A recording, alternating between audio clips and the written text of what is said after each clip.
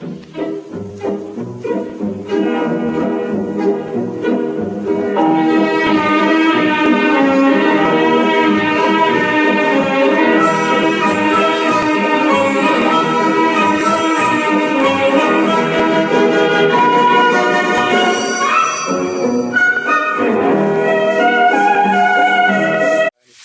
you very much, Hisham, and thanks for coming. Today we're going to be talking about the Arab public sphere and also its role in democracy in general and specifically in the Arab world. And I'm going to try to show you some of the work of the Munathara Initiative and how we're implementing the idea of a vibrant public sphere through our debate forum, which is the Munathara Initiative. And I'm going to start by showing you two particular incarnations of the Arab public sphere today. This is a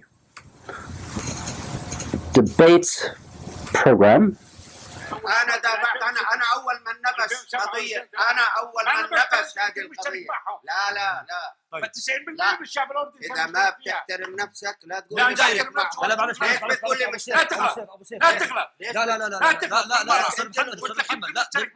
تغلط كيف ولا نسمح لك احكي معي طيب احكي معي كنت مشترك معهم ما بسمح لك ما بسمح لك انت ولا ما تقول لي ولا عميل سوريا ولك عميل سوريا خليك معي ولك انت تستوعب على الأردن بس يا أبو كلامك معي عيب عليك كلامك معي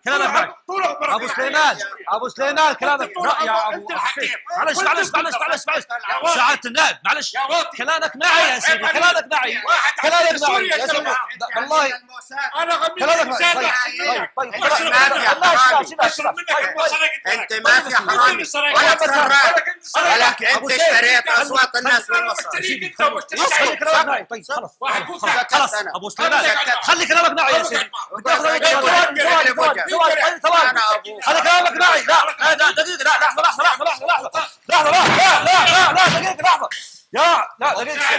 أبو سيف. The point here is that public opinion in the Arab world is largely shaped by men between the ages of 50 and 80, and we've identified this as a major problem in the formation of public opinion. So I'm just going to show you what our debates look like. It's a very short extract from our debate about, it was on the motion, the Arab world was better off before the revolutions. This took place in Tunisia earlier this year. And this is what we call lahdat muwajaha. It's kind of like a face-to-face moment where the youth get up on stage and they have an intensive interrogation of the senior opinion leader on the other side with a couple of questions designed to pressure them sort of into a corner. This is 17-year-old Maryam Al-Hani. السلام عليكم ورحمة الله تعالى وبركاته. مرحبا دكتور. سؤالي الأول، لو تواصل وضع ما قبل الثورات هل كنا سنستطيع استقبالك اليوم في تونس وإقامة هذه المناظرة؟ بطبيعة الحال يعني اليوم الثورات باعتقادي لم تغير الكثير، وهذا الأمر يعني من الممكن. باختصار دكتور، لو كنا في وضع ما قبل الثورات هل كنا نستطيع استقبالك اليوم وإقامة هذه المناظرة؟ في تونس؟ نعم. في تونس والله لا أدري الحقيقة، يعني لكنا جمهورا وضيوفا ومقدمة في سجن بوشوش نبحث بالطبيعة. So 17-year-old Maryam Al-Hani asks him, and this is like what is so unusual about our format, because you have these pundits that you see on television. This is Dr. George Alam, and they're not used to being pressured in such a way. So she actually asks him, would it have been possible for us to hold this debate if this was still the Tunisia of the Ben Ali era? And he kind of goes back and forth, and then she pressures him, and then she kind of answers the question for him by saying, we would all be in prison right now, the moderator, the audience, as well as those on stage.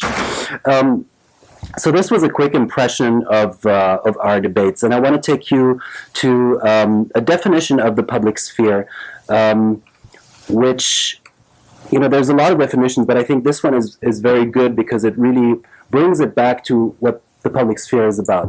The public sphere is the realm of social life where public opinion is formed. And I think we can look at this more as a process where the public sphere is where people come together to debate about issues of major concern to their societies and to their communities. And through that process of debate, you have a public discourse where ideas evolve and public opinion is formed through that process. And public opinion, in turn, is a key barometer for popular will, which in turn, of course, is the only basis for legitimacy to exercise power in a democratic context. And so here are some sort of golden moments of the public sphere. You had in ancient Greece on the agora, where citizens could come together, debate issues of major concern to the polis, and people would vote together on a course of action. You had the salons in the 18th century in France, which paved the way for the French Revolution. You had Tiananmen Square, and of course, you had the Arab Spring in 2010 and 2011. So what this really comes down to, and I think this is a pattern that we can observe in all of these examples, is that whenever a vibrant public sphere forms, people emancipate themselves from imposed narratives. This is really what I think it comes down to. To foster a vibrant public sphere, we created the Munathara Initiative, which is an open debate forum. It's entirely open to everybody. You can participate through the website. We have an outreach program through which you can also participate. And our aim really is to build a new and vibrant and viable Arab public sphere where everybody, including the voices that are most neglected, has a chance to participate in debates about the future of the region. And in the process, we are empowering a new cohort of opinion leaders, not the ones that you've seen in the first video, but actually the new generation that will lead the conversation of where the Arab world is going. And so the way we work is we operate a broad outreach program across 11 Arab countries. We have more than 40 debate trainers that are on the ground seeking out communities that are most neglected and marginalized in the region. So you're talking about economically deprived areas, you're talking about ethnic and religious minorities, and you're talking generally about interior regions as well. So for example, in Egypt, we're mostly in Upper Egypt, in Tunisia and Morocco, we're in the interior regions, in Lebanon, we're in the south. So we're really trying to go into the regions where people have the least of a chance to actually be part of public discourse. And in parallel, we open an online competition on our debate platform, which we call Musabaqat Munathara. And this really is aimed at crowdsourcing, if you will, public opinion. Now, if you look at this graphic, you can see this is the Musabaqa site. There is a speedometer that calculates all of the votes that are coming in and sort of establishes a representation of public opinion, which we think is highly symbolic and very important because it's people-driven, because it's audience-driven. So we devise a motion, people decide if they're with or against the motion, so you have two columns in the competition, and then throughout a several-week process, the audience determines the winners of these debates. Some of them come in organically. We have a huge Facebook following of over 380,000 people, so a lot of videos come in organically, but then we also have the outreach workshops in 11 Arab countries where you get especially the voices that are not connected and that are, because we want to go beyond the tech-savvy layers of Arab society. And, this allows us, for example, to conduct workshops in Yemen, at a time when there is war.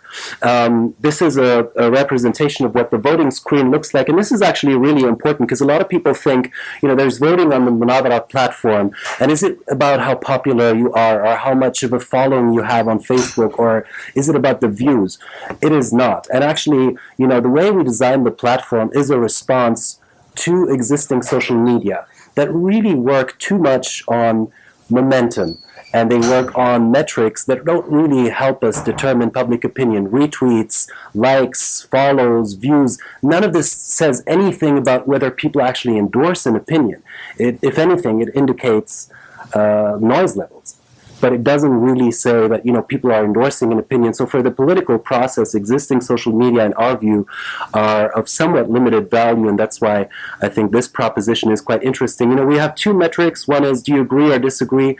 In the sense that you can watch an opinion, maybe not be of that opinion, but still think that it was well presented. So you can, choose to disagree, but then give a very good mark for how it was presented. And I think capturing that nuance is really important. And then where all this leads up to is that after a couple of weeks, we hold a live TV debate on the same motion that was presented in Musabaqat Munathara online. And this is a show, it's a primetime show, it's about 60 minutes. We've done it in a couple of countries in Dubai, we've held shows in Istanbul, Casablanca, Tunis, even in Sana'a, Yemen, as I mentioned earlier. And the winners of the online competition by that set date are flown to the live show where they are paired with senior opinion leaders that are established media opinion leaders on a certain topic. So you're talking about politicians, academics, and generally anybody who's leading the discourse on a certain topic. And the format is highly interactive. It actually airs live. It's not recorded like a lot of the other debate shows. So this allows us a lot of ways to interact with the public on Twitter, on Facebook. It's very formatted. So there's a cap of 99 seconds for all of the contributions, and we have interesting moments, like the one you saw earlier, where the youth get up and have an interrogation moment for the senior opinion leaders, and so really it's been quite successful. Right now it airs on Al Jazeera Mubashir, as well as recently we have added a broadcast partner, which is TRT Arabic. Balqis TV is going to come in. So really this is also interesting in terms of our vision, because we used to broadcast this on Al Jazeera Mubashir, but really we want this to be perceived as an entirely independent television debate forum that isn't somehow tied to one TV channel or another, which we are not. All of the TV stations that work with us, we require them to agree to not interfere in the content. So this is very, very promising. The idea that, instead of doing 16 rather than 8 debates in a year and therefore doubling the impact, you actually add the TV channels that broadcast it, and therefore you can truly achieve scale. So we're very excited to be embarking on this path. And as I said, in December, we're going to have our first show that will be broadcast by 3 channels. I just want to take you very quickly through our theory of change and what we think are the conditions for a vibrant public sphere, because these 4 factors inform pretty much anything we do. The first, in my view, is the sanctity of rational argument be broadly respected.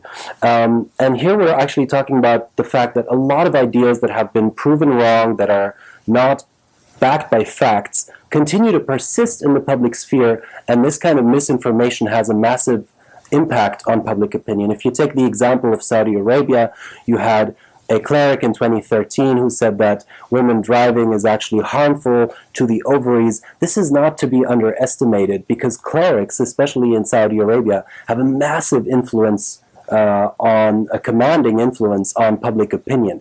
So that's why this first component of the public sphere, in our view, is fostering a culture where the sanctity of rational argument becomes a virtue, where people see that it is critical, where it becomes an embarrassment to introduce an argument that has been proven factually wrong, to reintroduce that into the discourse, and this requires a lot of work. One way we're doing this is through our outreach workshops, which crucially focus on reasoning and evidence. This is the key module, is reasoning and evidence.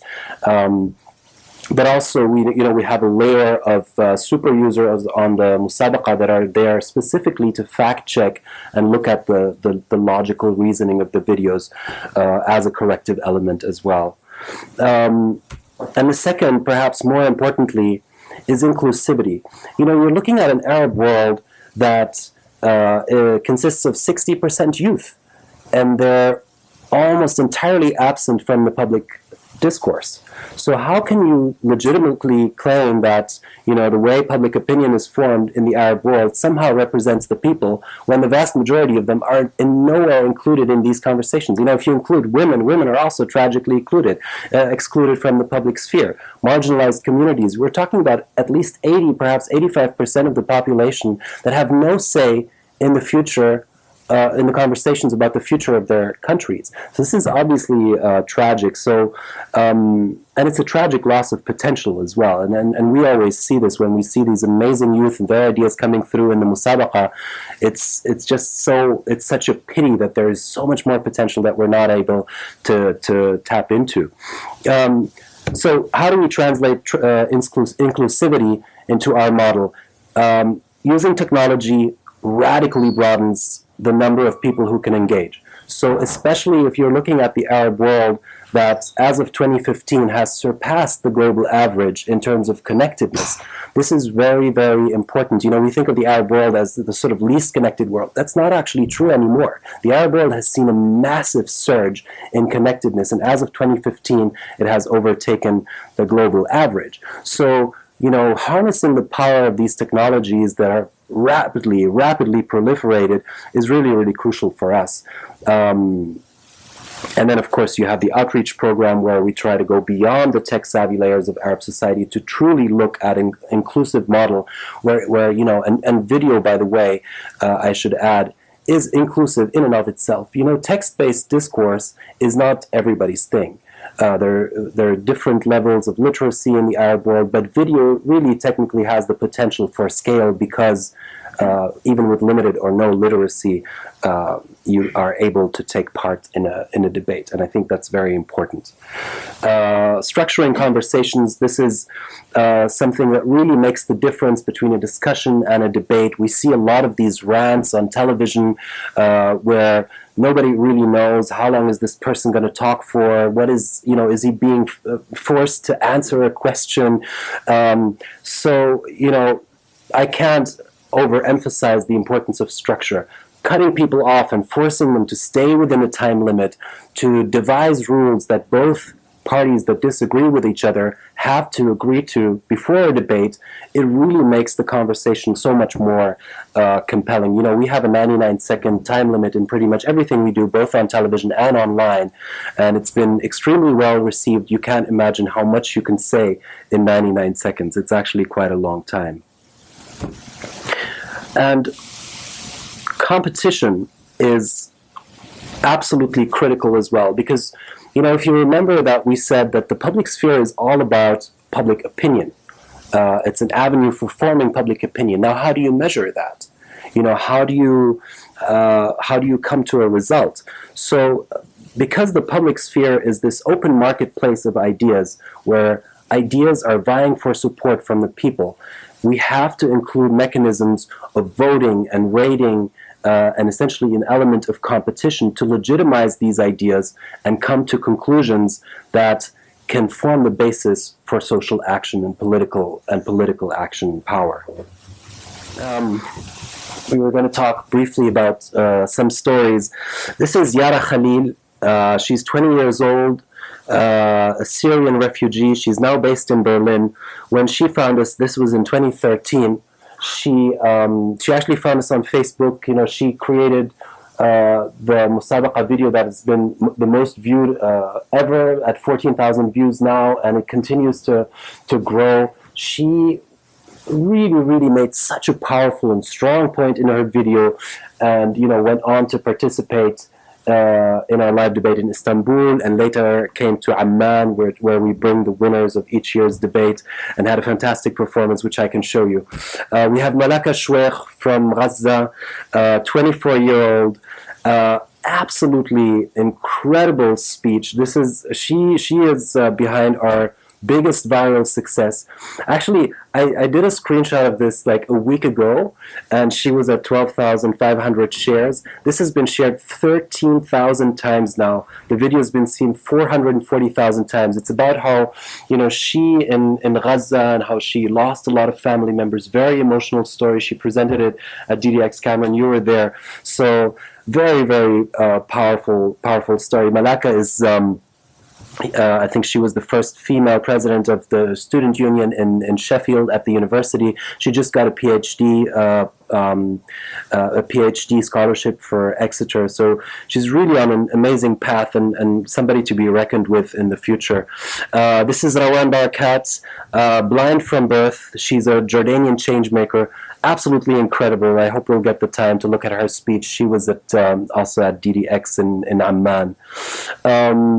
But we also have the story of Marwan Ismail, for example. He's from Yemen. He was a winner of DD11, our 11th debate, which was held in Sana'a, debated alongside Amal al-Basha, did a fantastic job, and later became such an important component of our outreach program in Yemen. And he's really indefatigable, and to this day is keeping the Yemeni community alive on Munathara, and has been really doing an incredible job. This is a couple of numbers. I think I mentioned some of those. We've trained 7,000 youth. I think the 1.8 million is more like 2.1 million at this stage. 385,000 followers on Facebook. This shows our geographical reach. So I mentioned the places where we've held live debates: Casablanca, Tunis, Istanbul, Amman, Dubai, and Sana'a. I was talking earlier, Amr, I was mentioning that it's become increasingly difficult in the last year or two to hold debates across the Arab world. For example, in Morocco, it's been challenging. This year we had a successful show, but then it became difficult to get further shows approved by the government there. So Istanbul is obviously a place where we can do this. So we're planning increasingly more activities in Turkey. Tunisia, luckily at this stage, knock on wood, is a place that we can definitely count on. Because the balance you have to strike is, of course, we could do a debate that's about a non-contentious issue in Amman, but then again, that's not the point. Or we could do something about the smoking ban in Egypt, probably. That would probably not be banned, but it's not the point, right? You got to strike that balance between bringing good community events that are meaningful, and at the same time, not betraying the controversial nature. And then you have the outreach countries that I mentioned earlier: Morocco, Algeria, Tunisia, Libya, Egypt, Palestine, Jordan, Lebanon, Syria, Iraq. Syria and Kuwait are the countries where we have people on the ground that are on a regular basis giving workshops and attracting participants for Musabaqat Munathara.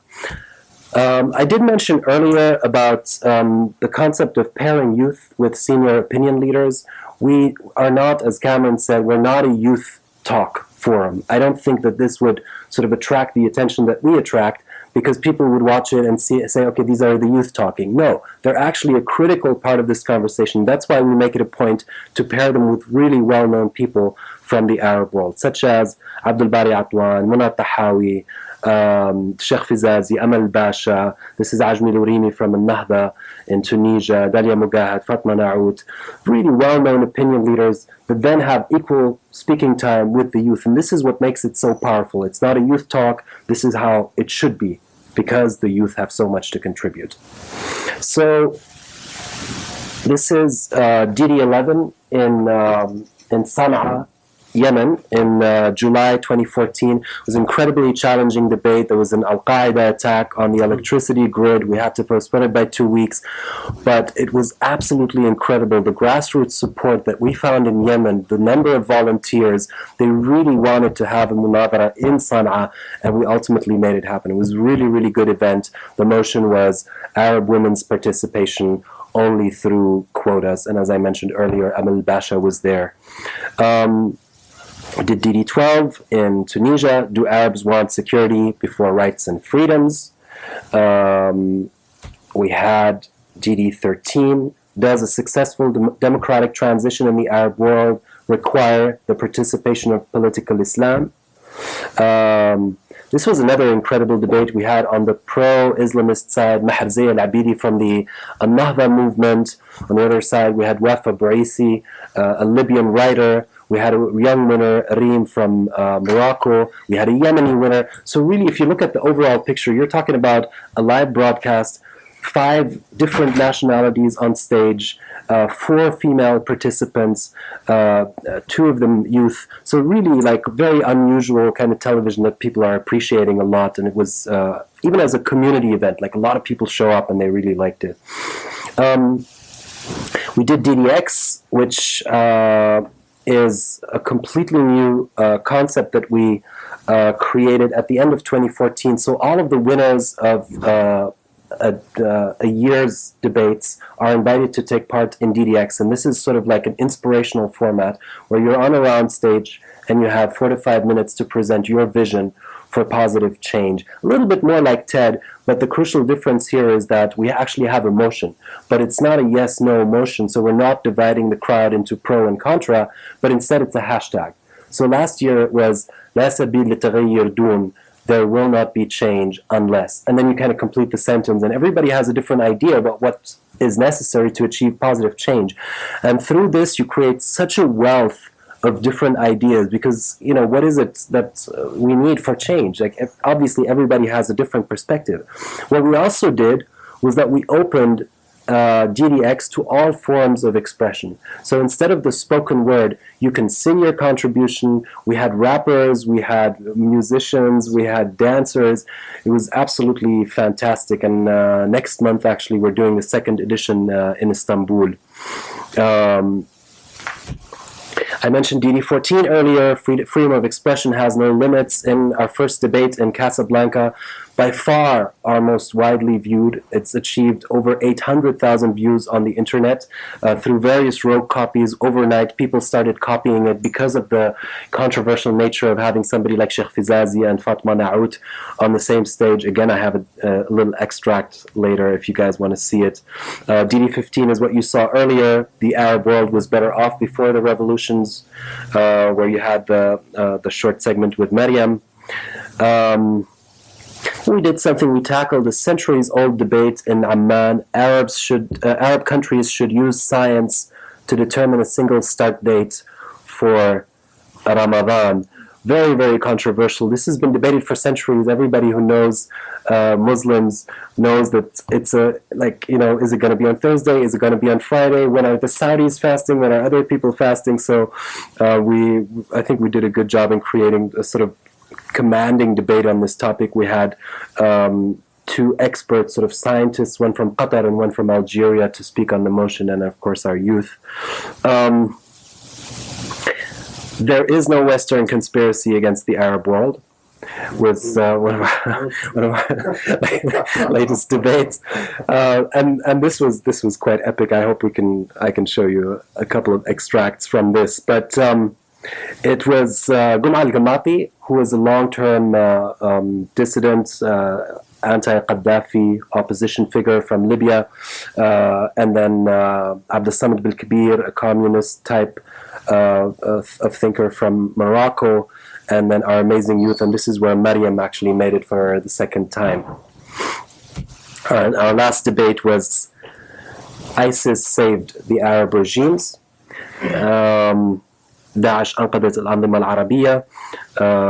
Again, very controversial motion. We had some issues with the broadcasters who felt like we were going a little bit too far, but it was a very, very important and necessary topic, because here the argument on the pro side was Lina Khatib, who I think spoke here recently. So Lina Khatib's argument was, Daesh is being used to sort of as a cover-up to really quell dissent in the Arab world, and so we thought this was a really important perspective. And then on the other side, we had a Tunisian security specialist against the motion. So far, this is an impression of DDX from last year, and as I said, the next edition is going to be in Istanbul next month, broadcast by 3 TV stations.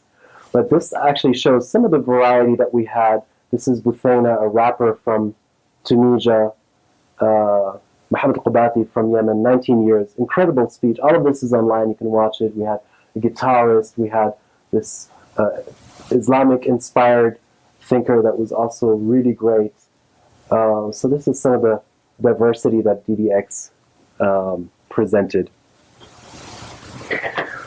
So that is the Munathara story.